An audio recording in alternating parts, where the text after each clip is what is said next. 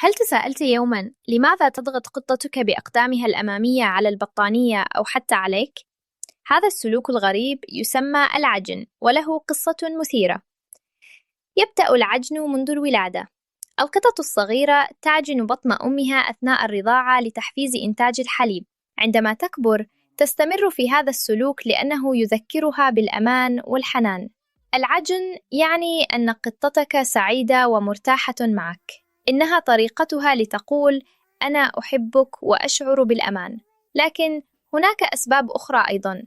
القطط تستخدم العجن لتمديد عضلاتها والحفاظ على مرونتها، كما أن كفوفها تحتوي على غدد تفرز روائح خاصة، فتستخدم العجن لتحديد منطقتها وتقول: هذا ملكي.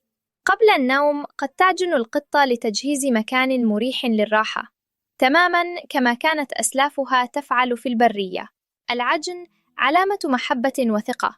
إذا كانت مخالب قطتك تؤلمك، ضع بطانية سميكة وقلم مخالبها بانتظام. هل لاحظت أن قطتك تسرق أشياء؟ جواربك، أقلام أو حتى مجوهرات؟ لا تقلق، هذا سلوك طبيعي تماماً وله تفسيرات علمية. أولاً، القطط صيادون بالفطرة. سلوك السرقة امتداد لغريزة الصيد. يحبون حمل الأشياء في أفواههم كما يفعلون مع الفرائس. الأشياء الصغيرة واللامعة تثير غريزتهم. ثانياً، قد تكون طريقة للعب أو جذب انتباهك.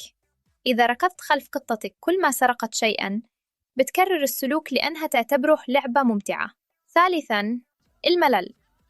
القطط اللي بتفتقر للتحفيز والألعاب تلجأ للسرقة كوسيلة ترفيه. بعضها يبني كنزاً خاصاً تحت السرير أو خلف الأريكة. الحل بسيط: وفر ألعاباً كافية. اقضي وقتاً في اللعب معها يومياً، ولا تطاردها لما تسرق شيئاً، هذا بيزيد المشكلة. بدلاً من ذلك، احفظ الأشياء الثمينة بعيداً. ذكر، السرقة عند القطط سلوك طبيعي وغير ضار. بالفهم والصبر يمكنك التعايش مع قطتك اللصة الصغيرة. صحيت من النوم لقيت قطتك جالسة تطالع فيك. لا تخاف، مو ناوي يقتلك. القطاوة عندها أسباب وايد لهالحركة الغريبة. أول شيء، هي بطبيعتها حيوانات فضولية مرة. حركة صدرك وانت تتنفس والأصوات اللي تطلع منك وانت نايم، كل هذا يثير فضولها.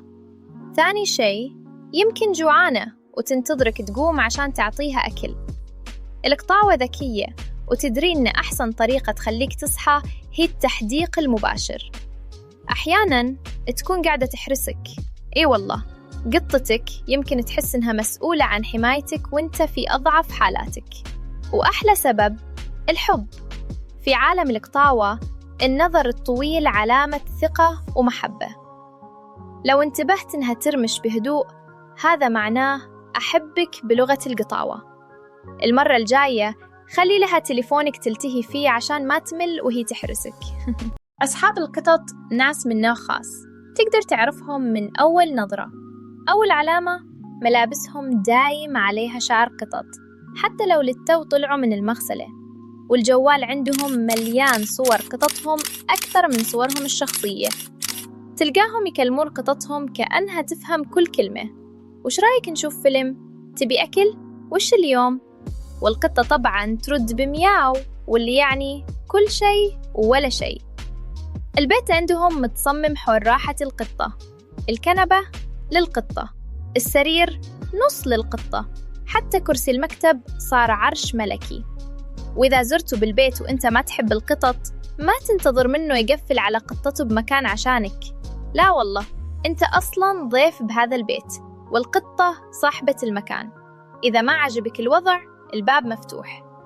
مهما القطة تجحدهم وتتجاهلهم، يحبونها زيادة. يشترون لها ألعاب غالية وهي تلعب بالكرتون.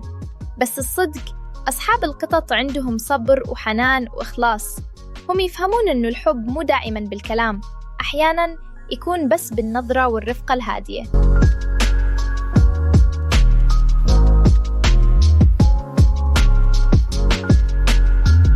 وش قصة القطط وسجادة الصلاة؟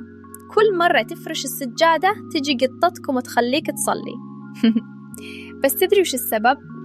أول شيء السجادة فيها ريحتك، وتحب الأماكن اللي تشم فيها ريحتك لأنها تحس بالأمان. وثاني شيء لما تشوفك مهتم بالسجادة تعتبرها شيء مهم وتبي تشاركك فيه. وثالث شيء السجادة ناعمة ودافية، ما تلومها والله.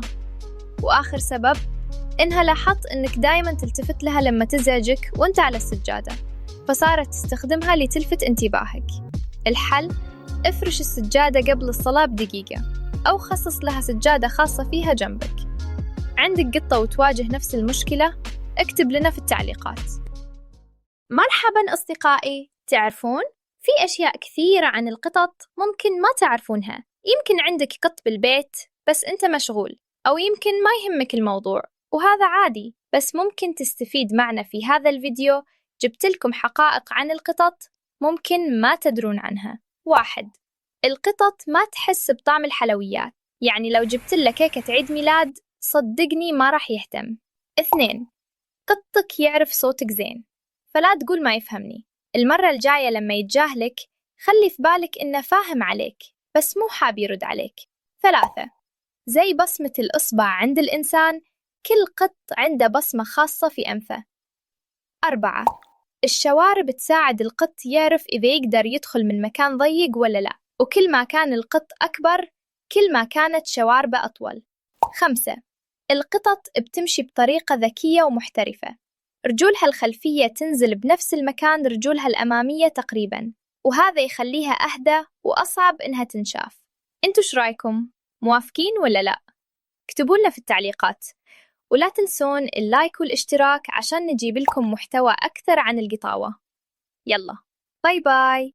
هل قد لاحظت إن قطك يتصرف بغرابة إذا حاولت تعطيه قبلة؟ تحاول توريه حبك وفجأة يبعد عنك أو يبدأ ينظف نفسه. السبب بسيط، في عالم القطط ما في شيء اسمه قبلة، فلما تقرب وجهك له يشوفك داخل على منطقته الخاصة بدون إذن. بس لا تزعل، هو ما يكرهك أبد، هو بس يحاول يفهم وش قاعد تسوي. ومع الوقت بيتعلم إنه قربك وحنانك يعني حب وأمان.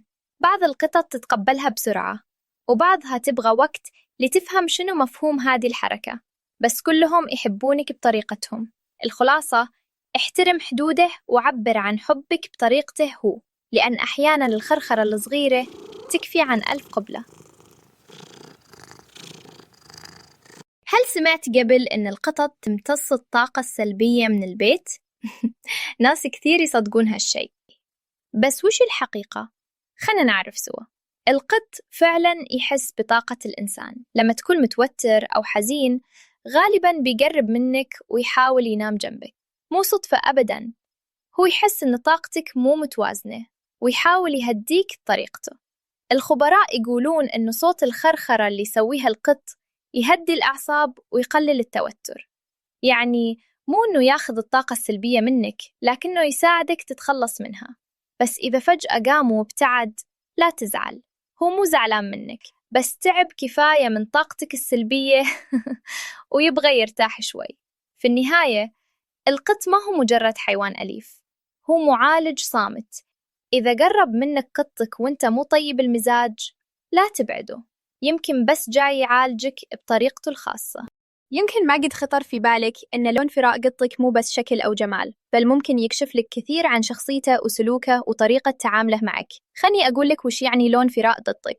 القط البرتقالي غالباً يكون ملك الدلع، يحب الاهتمام والحنان واجتماعي بشكل كبير. تلاقيه دايم يدور حولك ويحب يجلس بحضنك، وأحياناً يتصرف كأنه هو صاحب البيت. القط الأسود يعرف بأنه الغامض الذكي، شخصيته هادئة، ذكي جداً ويلاحظ كل التفاصيل. رغم أن في خرافات حول القطط السوداء إلا إنها من أذكى وأوفى القطط. القط الأبيض الأرستقراطي غالباً يكون حساس ورقيق المزاج، يحب الهدوء والروتين. إذا تغير عليه شيء بسيط ممكن يتأثر بسرعة، لكنه يعطي حب كبير لصاحبه. وهذه كانت بعض أسرار ألوان القطط، بس ما خلصنا، باقي ألوان كثيرة وكل لون وراه قصة مختلفة. تابعونا في الجزء الثاني من الفيديو علشان نكمل الرحلة مع شخصيات القطط بإذن الله. تتوقع إن قطك بس يأكل وينام؟ الحقيقة هو يسوي أشياء كثيرة عشانك بدون ما تحس.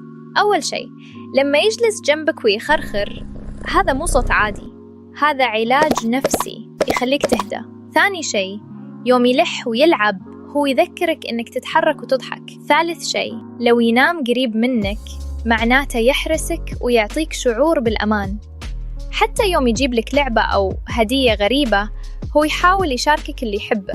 رابعاً، لما يقوم بلعقك هو يحاول تنظيفك. قطك يمكن ما يتكلم، بس كل يوم يعطيك حب وراحة بطريقته الخاصة. مين قال إن القط ما له فايدة؟ كثير ناس يعتقدون إن القطط بس تنام وتاكل وتلعب، لكن الحقيقة إن هالمخلوقات الصغيرة عندها قدرات ما نتخيلها وتقدر تنقذك في مواقف خطيرة. أول شيء، القط حواسه خارقة، خصوصاً السمع والشم. ممكن يلاحظ تسرب غاز أو صوت حريق أو حتى حركة غريبة في البيت قبل ما أنت تنتبه. كثير ناس صحيهم قطهم بنص الليل واكتشفوا إن في حريق في المطبخ أو تسرب في الغاز. ثانياً، القط يقدر يحس بتغير حالتك الصحية. بعض القطط تجلس بجنب أصحابها بشكل غريب، وبعد الفحص اكتشفوا إن عندهم مشكلة صحية ما كانوا يعرفونها. القط يقدر يشم التغيرات الكيميائية في جسمك ويحس إن في شيء مو طبيعي. وثالثاً، القط ينقذك نفسياً. وجوده في البيت يقلل التوتر والقلق، يخلي مزاجك أفضل وينقص من فرص الاكتئاب. الخلاصة، قطك مو مجرد حيوان أليف، هو حارس صامت وصديق وفي، وسبب إن كثير ناس يتركون قططهم في البيت وهم رايحين الدوام أو مشوار طويل. بس هل فكرت يوم وش يحس فيه قطك لما تخليه لحاله؟ أول شيء، القط هو كائن اجتماعي، يحب وجودك ويحس بالأمان لما تكون قريب منه. لما تغيب فجأة ممكن يحس بالخوف أو القلق، خصوصاً إذا ما تعود على البقاء وحيد. بعض القطط تبدأ تدور عليك في كل الغرف وتجلس تنتظرك عند الباب، وبعضها تطلع أصوات غريبة وكأنها تناديك. وفي حالات ثانية ممكن يصير سلوكها مختلف، مثل إنها تنام كثير أو حتى تمتنع عن الأكل. وفي نقطة كثير ما يعرفونها، القط ممكن يحس إنه مرفوض أو مهمل، خصوصاً لو كان مرتبط فيك مرة. يبدأ يشعر بالحزن أو التوتر، وهذا يسبب له مشاكل سلوكية لاحقاً. بس مو كل القطط نفس الشيء، في قطط مستقلة وما يهمها كثير. الحل، قبل ما تطلع حاول تخلي له ألعابه المفضلة، وفر له مكان مريح للنوم وحط له أكل وموية كفاية. وإذا غيابك بيطول شغل له صوت تلفزيون عشان ما يحس بالوحدة. الشتاء قرب والبرد ما يرحم لا لنا ولا لقططنا، عشان كذا لازم نعرف شلون نهتم فيهم بهالفترة. أول شيء، المكان. لازم يكون عند قطك ركن دافي وآمن بعيد عن الهواء والبرد، حتى بطانية صغيرة ممكن تفرق. ثاني شيء، الأكل. بالبرد جسم القط يحرق طاقة أكثر عشان يتدفى، يعني يحتاج وجبة زيادة أو أكل شوي أغنى بالطاقة. ثالث شيء، الموية. كثير ناس ينسونها، مع إن القط لازم يلقى قدامه موية نظيفة على طول حتى لو الجو بارد.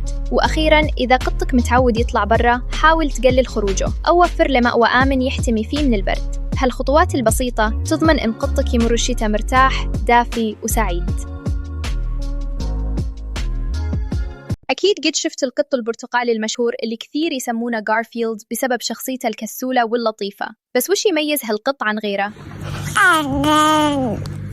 أول شيء، القطط البرتقالية غالباً ودودة واجتماعية بشكل كبير، يعني تحب الناس وتدخل بسرعة في قلوبهم. تلاقيه يلحقك من غرفة لغرفة كأنه يقول أنا معك وين ما تروح.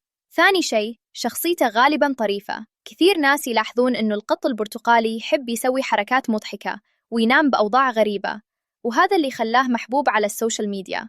ثالث شيء، في ملاحظة علمية، أكثر القطط البرتقالية هم ذكور، تقريباً 80% منهم، وهذا يخليهم أكثر جرأة ونشاط. الخلاصة يا جماعة، القط البرتقالي مو بس لون فروة مميز، شخصيته المرحة والحنونة تخليه من أروع القطط اللي ممكن تربيها.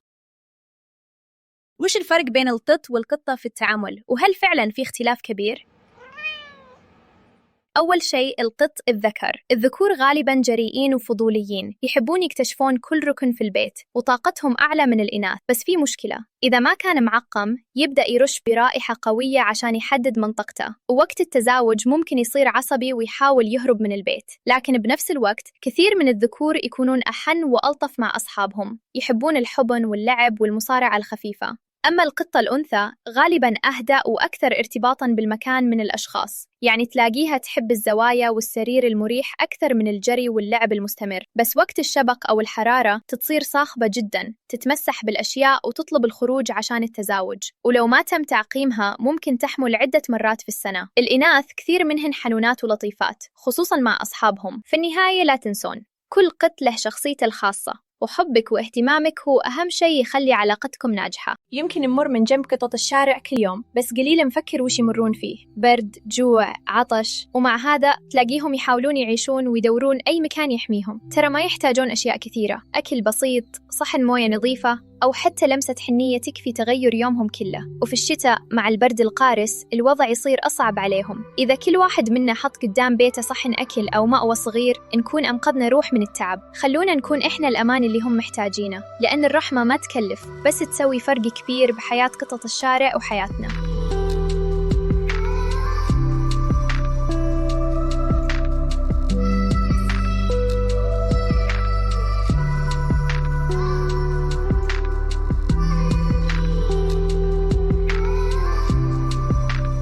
هل قطك يحبك فعلاً؟ القطط ما تعرف تتكلم، لكنها توريك حبها بطرق خاصة. أول علامة، إذا يجيك ويدرك راسه فيك هذا مو صدفة، هذه طريقته يقول أنت جزء من عيلتي. ثاني علامة، الخرخرة، لما تسمع صوته يهدر وهو جنبك معناته مرتاح معك ويحس بالأمان. ثالث علامة، لو يتبرك من غرفة لغرفة، هو ما يبي شيء بس يبي يكون قريب منك. رابع علامة، إذا جابلك لعبة أو حتى هدية غريبة، هذا تعبير عن المودة. خامس علامة، نظراته، لو رمشلك ببطء هذا يسمى قبلة القطط. وأخيراً، لما ينام جنبك أو عليك، لأنه ما ينام إلا مع اللي يثق فيهم. إذا شفت هذه العلامات تأكد إن قطك يحبك أكثر مما تتخيل. هل لاحظت إن قطك مو على طبيعته؟ في علامات مهمة لازم تنتبه لها. أولاً، لو ما أكل يوم كامل أو رفض طعامه المفضل، هذا إنذار واضح. ثانياً، نشاطه تغير، صار خامد طول الوقت أو بالعكس متوتر زيادة. ثالثاً، تقيؤ متكرر أو إسهال، هذه مشكلة ممكن تسبب جفاف. رابعاً، لو صار يتنفس بصعوبة أو يسعل كثير، هنا الموضوع طارئ. خامساً، تغير في الشرب أو التبول، زاد أو قل بشكل ملحوظ، هذا ممكن يدل على مرض خطير. سادساً، شكله العام، شعره مبهدل، رائحة فمه قوية، أو في إفرازات من العين والأنف. وأخيراً، السلوك، لو صار يعض فجأة، يختبئ أو يرفض اللمس، هذا معناه عنده ألم. إذا لاحظت أي من هذه العلامات لا تعطيه أدوية بشرية، خذه فوراً للطبيب البيطري، خصوصاً لو في صعوبة تنفس أو نزيف. صحة قطك مسؤوليتك.